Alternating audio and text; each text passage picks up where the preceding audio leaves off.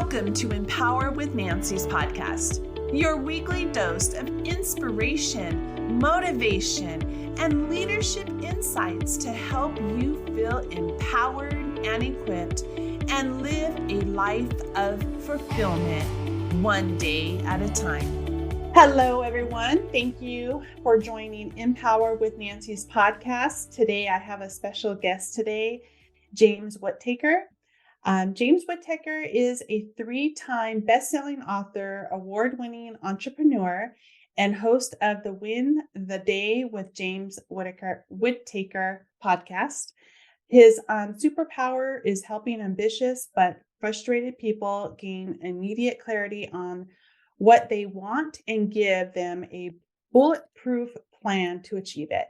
James helps 2 million plus people each month to win the day and has personally coached Olympic gold medalists, billion-dollar CEOs, and special force operators.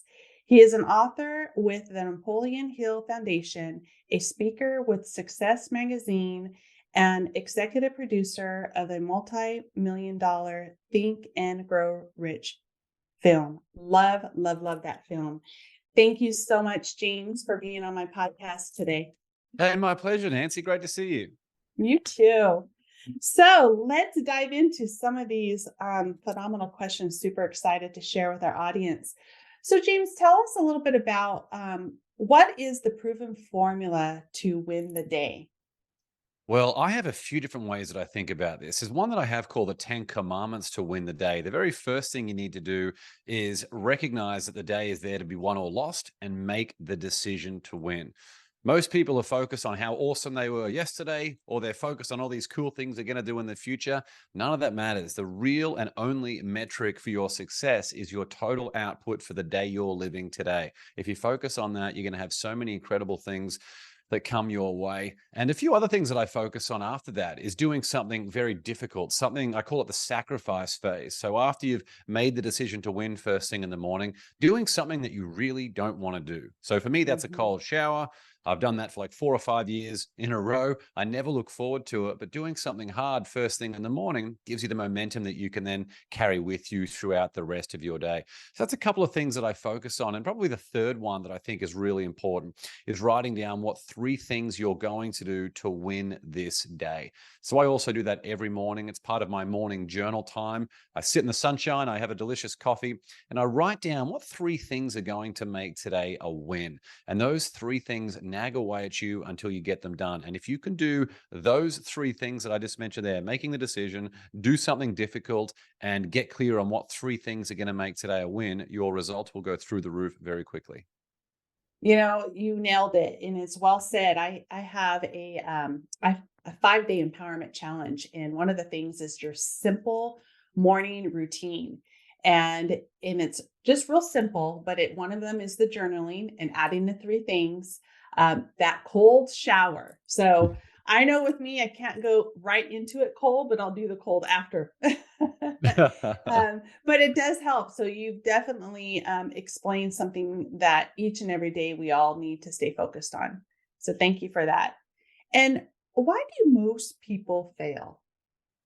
Most people fail because they're not pulled by a vision bigger than themselves. They just don't have lost connection with that curiosity about how great they can be from this one extraordinary life they've been given.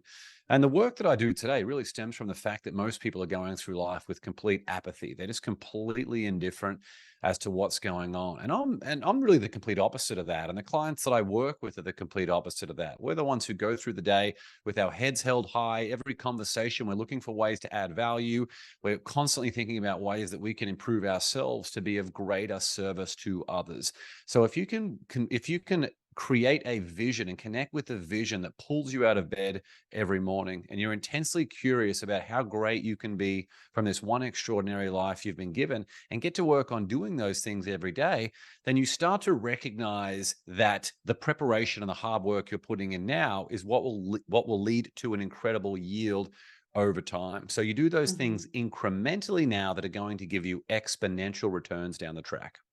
And sometimes it's also to kind of get out of your comfort zone. And I just did a video and actually a recent podcast where Don't press that snooze button and throw the pillows over your head or the covers over your head. It's so easy to do because it's tough getting up in the morning for a lot of us, right? And you just gotta It is. push, like Mel Robbins says, 5, 4, 3, 2, 1, get your butt up. For sure. So people, probably the most interesting thing about me that people don't expect is that I'm not a morning person. Not at all. I hate the morning. There hasn't been a single Mhm. day in my 40 years on this planet when I've thought, you know what? I've opened my eyes. I am so happy for the great gift of being alive. And I just can't wait to get out of bed and attack the day. Whenever I Right. wake up, all I want to do is go back to sleep 100% of the time. But the moment my feet hit the ground, it's on. I'm going to the cold shower. I'm looking at myself in the mirror saying, I am ready to win. I'm doing all of those different things because I'm kicking myself into gear. And that is what creates the process. I'm not waiting to feel good.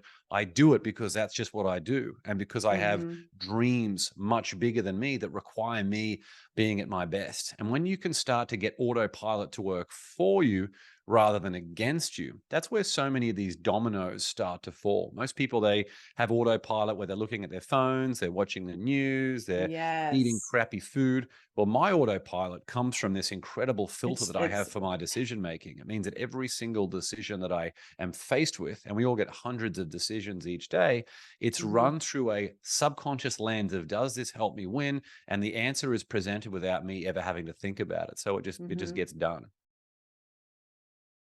It's so true, and sometimes it's really hard. We have to look ourselves in the mirror and say, "Okay, get out of the comfort zone and just go for it and be consistent."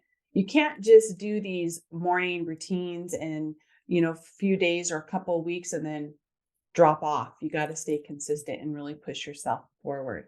Absolutely. Um, why is a podcast so powerful and how can it be leveraged?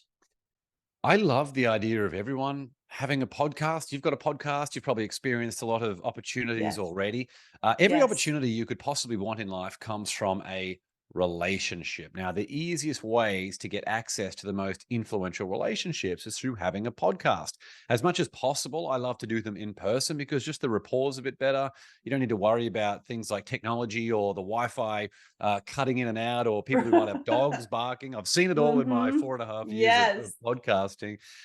So I think it's a really incredible way because the preparation that you do before the guest comes on makes you very, very smart. Like I will read at least one book from a guest when they come on. I'll listen to at least 3 or 4 podcasts that they have been on. I do all this preparation, and that is a great way of building up your knowledge. And then I ask a whole bunch of interesting questions, things that I really want to know. And that makes me smarter and increases my ability to serve my clients. And it also gives me a whole bank of content that I can use to build a social media machine on autopilot. Like I've got more than 30 million views on my podcast through Mhm. just doing this over the last few years. So for the people Mhm. who say, I have no way of being able to connect with influential people, you got to start a podcast. And if you don't want to start a podcast, then you're going to have to get a bit more resourceful. And that's where people then fall into the trap of trying to ask people out for coffee, or saying, can I buy you lunch? Like I even got cold called randomly by someone a few months ago. And Uh-huh. I was like, who is this person? I was on the way to pick up my daughter from school. And they're like, look, I need to take you out for lunch because I know you can help me with my business. I'm like, I don't even know who you are. Like, what do you would have pissed me off if you emailed me. Yet you've called me as I'm Right? picking up my daughter from school. Please never ever talk to me again. Mhm. So having a podcast, you do it the right way, and it's very respectful because you're furthering the other person's mission, and that builds Mhm. that connection, and so many great things happen from there. You are right because I've had a lot of people on my podcast that I'm a very driven woman and I'm not scared. It's like if I have that connection, let's just have fun with it organically. You don't put up the picture of not who you really are. Don't put that mask on your face. Let's just have fun because everything that we're sharing, even on today's podcast, we're learning. We're learning about each other. We're expressing that out to the audience, and it's fun and exciting and it's helpful. 100%. Just like I reached out to you through Instagram, right? You're like, who Exactly. the heck are you? As much as my time is getting more and more scarce, but even anyone who's got a big audience, it's an opportunity to connect with more people. But even the people who don't have a big audience, I generally say yes to, because I like to support people who are, taking the work to put the reps in and think bigger. Thank you. Thank you, James. The other thing is, what have you learned from interviewing 500 plus of the world's most successful people? This one's going to be powerful. Yeah, I've learned so much. One of the big ones was the most important opinion is how you feel about yourself. Like, we're all Mhm. so worried about other people's opinions, but at the end of the day, you're the one who has to live with the outcomes. So yeah, the most important opinion is how you feel about yourself. Another one would be that success does not discriminate. It comes to all those who do what needs to be done. Like, no one's born Mhm. with the gold medal around their neck. So do the work That's and you will right. get the results. And by do the work, I don't just mean working hard. Like, you've got to work smart at the same time. I have so many lessons from this. Another one would be thinking about what are the hours in the day when you have the most energy. So for me, that's 9 in the morning till about 12 noon, because we really only get about 2 or 3 hours of that high creative brain power every single day. And I don't really. It's very rare for me to schedule anything else in there. Usually, that's my 3 hours of just being able to get as much work done as I possibly can. That's the way that I protect my time, and I'm able to move my big goals forward. Like, I have so many different different lessons as well, but I think there are a few that would be useful. Do you ever find yourself turning into that night owl where I'm a workaholic? And that's one thing I will definitely admit. I get up early and it's on go, go, go, go. And my husband and my kids are like, Mom, the work will be there tomorrow. Can you get out of your office? And I'm like, I can't, because at night I'll get like toward maybe about 6 to 7. I'm kind of feeling a little tired. I'll say, okay, shut it down. Let's go have some time with my husband. And I've been with him for 35 years. So it's like he knows that I'm a workaholic. And then I go back. He's up in bed and I go back, and I just can't shut it off at times. And I know that's part of time management. But you ever find yourself doing that? Yeah, Maybe years how ago, old are but your not now. kids? My daughter is 28 and my Mhm. son's 21, but my daughter has moved out. We have our grandchild and a new grandchild coming. So yeah, they're older. Nice. Hey, that's a good stage of life to be in. So I'm sort of the opposite of that. I'm like a little bit earlier on in the process. I've got a 20-month-old son who's Oh, a savage. He's great, but congratulations. yeah, he's a very physical kid. He's huge as well, so he really enjoys whacking other people and all sorts of things like that. And I also have a 4.5-year-old daughter. So we are right. And my wife has a very busy job. She travels every second week for work around the country. I'm traveling constantly. We Oh, have a lot wow. of we have a lot of things going on. So the amount of just the allocation that I can commit to work is far less than what it used to be. So I'm actually a night owl, someone who would work all night, going back to try and fit a lot more into that 9 to 5 standard routine that people have. That being said, I've had a lot of projects and things that have launched already. I ran a big mastermind the other day. We had people fly in from like 5 countries. I did a big product launch with Success Magazine, which is still ongoing. We've got a lot of other things to launch. I've got the next Mhm. book that I'm writing. So we put the kids to bed at about 6:30, and then I will come back and I will work from probably 6:30 to 9:30. And it's a horrible thing to do, is to stare at your computer screen before you go to sleep. Like, there's Oh, not much it's terrible. there's Mhm. not much worse that you can do, but it's important for me to move these things forward. So at nighttime, I will generally do things that I can do with one brain cell, things that require barely any of my brain power whatsoever. A lot of people think you're just going to cross a line where you have perfect balance for the rest of your life. If you've got big dreams, you've got to put in big work, and I'm not afraid to put in that Absolutely. work. Yeah, but as much as Mhm. possible on the weekends, I have that time with my children, and I just, I keep my phone in a different room as much as I can. Like, you can work as hard as you want on the condition that you're giving everything that you need to give to those other people around you.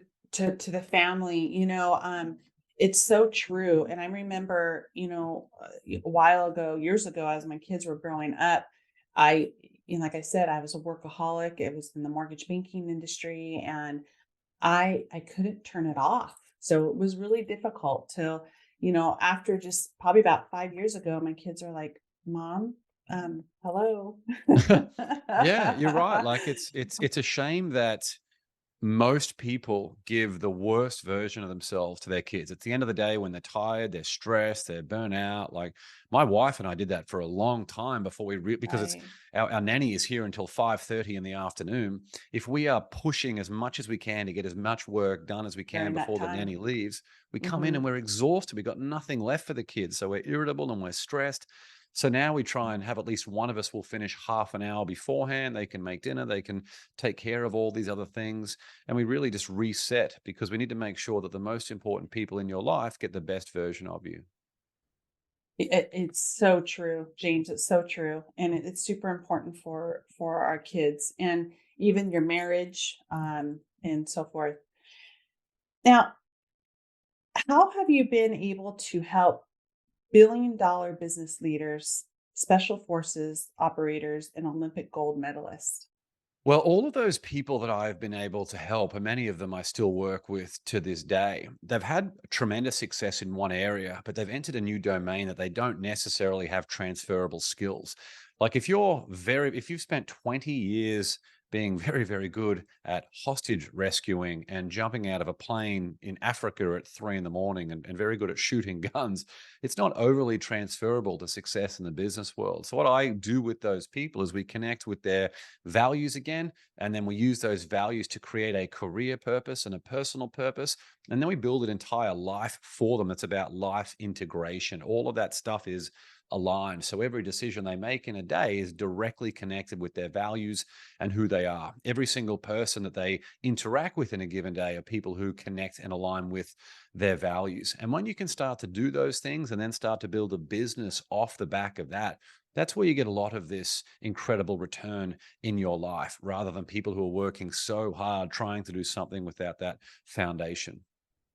How did you start your business? Because you've been doing this for such a long time. Was there a lot of falling and getting up and making mistakes, lots of challenges? Like, how did you get such a huge audience and helping so many people? Yeah, the biggest turning point for me was probably concentrated effort. I went from win the day being a hobby when I was involved in so many different businesses. Like I had a business for a few years that was helping business owners grow their business using a podcast. And it Yes. just, I love storytelling. I love podcasting, all these different things, but it wasn't something that I was just desperate to learn about and wanted to do for the rest of my life. So about 14 months ago, actually, I made a decision. I was like, look, I've got a couple of non-negotiables in my life.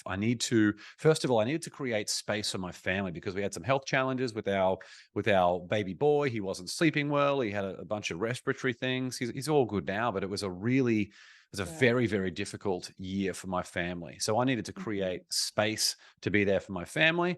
And then I thought about all of these. I've launched products and companies in just about every industry that you can think of. And I don't want to do that anymore. I just want to do the one thing for the rest of my life. And I want to be the best in the world at it. And then at that point, I'd been coaching people in a whole bunch of different areas. I'd been helping people and companies for a long, long time. And it was staring me right in the face. My Win the Day Mhm. podcast that I had had for 3 years at that point was something where for the first time I said, you know what, I'm going to go all in on the Win the Day movement and let's see what Yes. happens. And very, very quickly, like it was incredible how much all of that blew up. And the people that I'm connecting with who are at the absolute top of the food chain in terms of the influence and the impact that they're having on the world, they understand the value of concentrated effort. So they're instead of trying to complicate their life, they're actually simplifying it. And simplifying through concentrated effort means they're getting an exponential return on what they're putting in. Right, and because you focused on just that energy, right? And doing that one thing, and it seems like you were really passionate about that. When we have so much, like, I have a lot on my plate right now, and one thing is very challenging at times is, you're doing networking on your own. Everyone lives on the social media, but social media takes time for growth. And then I was super excited to launch my podcast this year, and I'm having a blast with my podcast. I really am. And just helping businesses and individuals, mainly more individuals at this point, a couple of businesses, but that's what I'm passionate about is just making a difference in someone's life. But you are right, just trying to hone down on just that one and not trying to do so much at once. Yeah, and the work that you're doing, you just have different ways of people being able to access that. Like, you've got the paid work that you're doing for people who want more and more of you. You've got the Hmm. podcast for people who want something for free. You've got multiple Right. ways of being able to give people the result. You're giving people the same result no matter what you do. There's economy class if they want to go and do it themselves. There's business class if they want a bit more help. And then there's first class for people who really want more one-on-one attention with you, to be able to do that. So that's what I mean by concentrated effort. You can still have multiple distribution channels, but it's still Hmm. concentrated effort on getting one result for people. Right. The other thing is online courses. I'm working on a couple online courses too, but you just have to figure out what really works and what resonates with you, right? Absolutely. Absolutely. What is the biggest mistakes you see business owners make? The biggest mistake that I think business owners make is they're not telling their story. And guess what? If you don't tell your story, then no one else will. So you really have to make Hmm. sure you've got some type of system for being able to tell your story. That's where video content, like we're very much in a video world at the moment. Like I love Yes. audio. It's easier to do audio than video. But Right. think about all the primary social media platforms that are really blowing up at the moment. We've got TikTok, we've got Instagram, which has basically become a clone of TikTok to try and keep up. You got YouTube Shorts, which is dominating all of this stuff. So you need short form content that you can use to drive traffic to your long form content, and all of it should be video. So that's the biggest mistake business owners are making is they're not telling their story. How do you feel about like the old school picking up the phone and doing the cold callings and doing the networking? Do you see that that is really a proven result of success, or do you see more just social media? And I have mixed emotions about that. I will say that everything is social media because everyone lives on their phones. No one puts their phones down. Yeah, you're right. Like it's so I always preface this with if someone's doing that and it's working for them, keep it up. Awesome. Great. That's Hmm. great.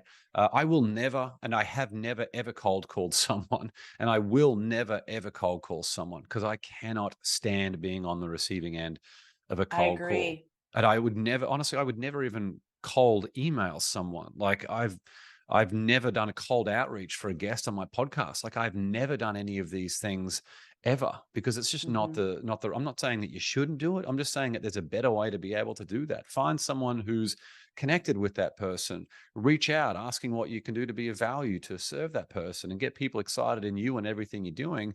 And that's the way that you can do this stuff.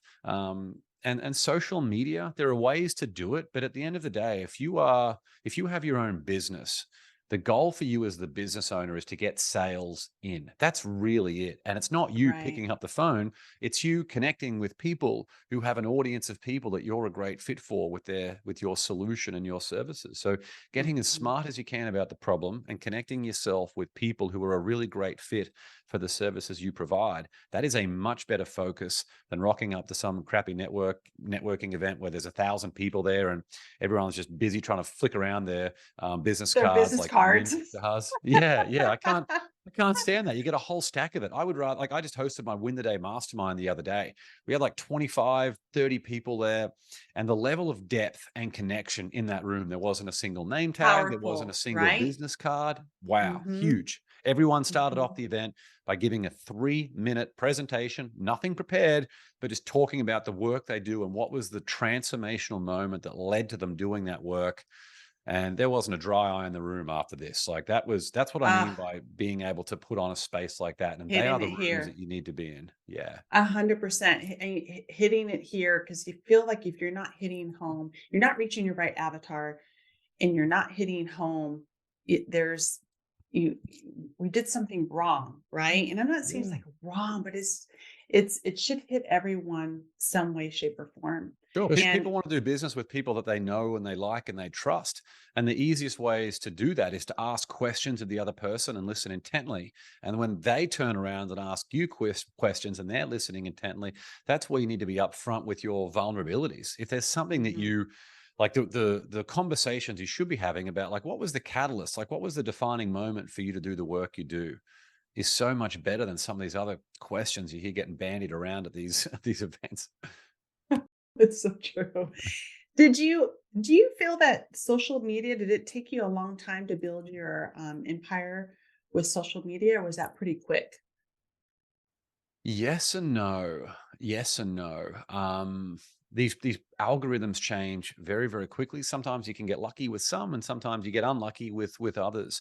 I will say for people who are trying to build things like a huge YouTube following, you just got to post as many videos as you can. And with every Consistent. video you post, making sure you're figuring out what you can do to publish more frequently and increase the quality of what you're publishing. On the condition that you're doing that, then you will eventually reach a video that like 90% of your subscribers are going to come from. It's exactly the same as TikTok. It's not 1,000 videos that's going to build your TikTok following. It's the 10 videos that are going to get 2 million views or 3 million views that are really going to pop. But you cannot predict virality. Like it's very, very difficult to do that. No matter what anyone tells you, it's not true. You can't predict virality. You've always got to be learning with what these platforms as to what they're doing. And to Agree. do that, you have to be a good consumer on those platforms. But yeah, that's the way I did it. I took all the content from my podcast. This is exactly how I was able to build a following so quickly. I mean, I had a personal brand for a long time, but I wasn't doing a huge amount with it until I took all of the content that I had for my podcast. I filmed it in person. I invested in a video editor. It's some of the best money I spend is on my video editor. Yes. You go and look at like my Instagram and TikTok, all of the clips are done by the video editor. And then I have a social media manager now who publishes all of this stuff. That's exactly what I've been doing. I manage my own Instagram and I manage my own TikTok. But Facebook, LinkedIn, and YouTube is now managed by my social media manager. But you got to start with what you have, and that's just putting out the absolute best quality content you can, because people are willing to pay for implementation. If they know that you can do it and they trust that you can do it, they don't really care. Once they've seen it, all they need to know is that you can do it, then they're willing to pay you just to do it for them. So give the Hmm. absolute best value you've got. Don't be afraid to hold anything back. And then that will entice people to reach out for more help. Yeah, I've never done TikTok yet. And I know it sounds weird, but I haven't. I have to really go in. I do a lot of the YouTube, this Instagram, Facebook. I know Facebook's really has kind of, you know, died Facebook's down. weird, isn't it? Yeah. It I'm is. They're always changing the rules and something. So it's like I just have a lot of fun with Instagram right now and seeing. I'm working on a couple of other new things. Also trying to do my own book. I'm in the process of that. And I think like once you launch that book, then I think it goes to the next level. Um, Absolutely. Yeah, for and sure. If I was giving you help, Nancy, in your social media, based on what you said, I would be taking your podcast episodes or whatever full length content you have, split it up into smaller clips, upload them as YouTube shorts, and then pin a comment the moment that you've published those videos where it's a link for someone to be able to go and view the full episode. You can pin that as a comment, so it's the very first thing that they yes. see, and do Uh-huh. that to drive traffic back to the long form. And if you can do that enough times, eventually you're going to get something that pops. And that's how, YouTube will eventually start paying you, which is a good position to be in. I know, that's what my son said. Mom, look at all your YouTube views. He goes, you need about da, da, da, da, to have YouTube to pay you. And I'm like, okay, let's do it. Love it. So where can they find your books? I'm assuming Amazon, right? Amazon, yeah, you can go to my website. Yeah, the books are available everywhere. Although there's a couple of other James Whittakers out there. So yes, if you go and type in Andrew Carnegie's Mental Dynamite or Think and Grow Rich: A Legacy, you'll be able to find my books. Okay, wonderful. And then as far as following, it looks like you're everywhere. So you have your own website, Facebook, Instagram, TikTok, yeah, YouTube, and there you go. Well, thank you so much, James. It was a pleasure, a lot of great information, and it was a pleasure meeting you and looking forward to working together. Thanks, Nancy. Have a good day. You too. Thank you for listening to my podcast. If you enjoyed this episode, please subscribe, leave a rating and review, and share it with a friend. To connect with me and get all the behind the scenes content, you can follow me on Instagram at Empower with Nancy and visit my website, https:// empowerwithnancy.com to learn more about how coaching with me can significantly enhance your life and business. Thank you for listening and have a wonderful day. See you next time.